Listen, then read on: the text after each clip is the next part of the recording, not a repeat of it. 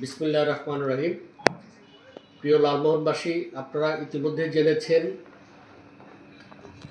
5টি মৌলিক দাবি নিয়ে ভোলাবাসীর আগামীকালকে লালমোহন চৌরাস্তার মোড়ে একটি মানববন্ধন অনুষ্ঠিত হবে। এই 5টি মৌলিক দাবির প্রধান দাবি হচ্ছে ভোলা বরিশাল সেতু। আপনারা দেখেছেন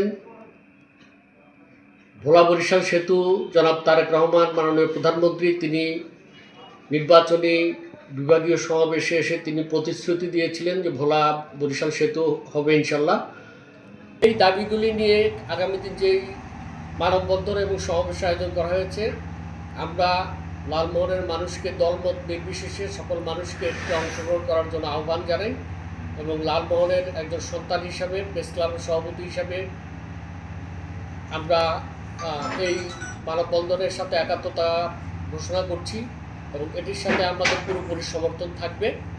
আমরা এই দাবি পূরণ না হওয়া পর্যন্ত আমাদের এই আন্দোলনটি চলমান থাকবে। সবাইকে ধন্যবাদ। আগামীকালের সমাবেশে আপনারা যোগ দিবেন এই আশাবাদ ব্যক্ত করে আমি আমার বক্তব্য শেষ করছি।